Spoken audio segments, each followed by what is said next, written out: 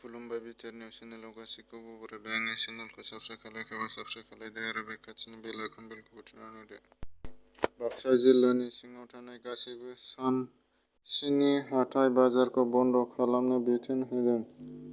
BTC ओनसोलाव बिटिआरनि गासै खामानिफोरा फावसायदों आरो मडेल कड अफ कन्डाक्टनि थाखाय जेबो हाबाखौनो मावनो हायाखै आरो मैया मडेल कड अफ कन्डाक्टआ जोबनाय लोगो लोगोनो जागायफिननो आखायाव लाबाय आरो बे बायदिनो मैया बाक्सा जिल्लानि सिङाव थानाय फुबानपारा रेसर्ट बिटिआर सोरखारनिफ्राय सियार साराय डाइनिं टेबोल जग थिं बायदि बायदि टेन्ट हाउसनि आइजेंफोरा मोननायखौ रानदों।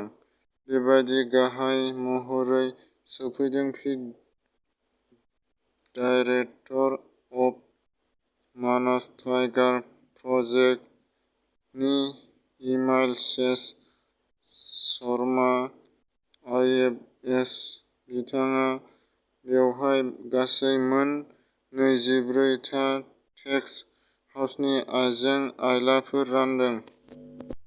बेखौ क्लाब्स सेक हेल्थ ग्रुप बेफोर बायदि ओनसोलाव थानाय गोबां गामिनि ग्रुप बायदि गफा क्लाब बायदि राननानै हरनाय जादों। राइजोफोरा फोरमायनाय बायदिब्ला बिथाङा मोनानि गेजेराव मोनदों आरो हाग्रायाव मैगं ना सानाय जानाय बायदि गाननानै बेफोरखौ भारत हादरावनो जानो हानाय बाथ्रा। बिथांमोना बुंदों दि आरो रेन्जारफोरनि आरो सोरखारनि अननाय मोननानै गोजोन बोखांनो मैगं ना सारनायखौ गारनायनि खोथा होदों। बलिउडनि मुंदांखा फावखुंग्रि कंगना रनवाटनि देहायाव कर'ना पजिटिभ मोननाय जादों। गोदान दिल्लीनि फारसे रौनिया आसामनि गिबि मन्त्रि सर्बानन्द सनाल आरो रांखाउरि मन्त्रि हिमन्त बिश्व शर्मा।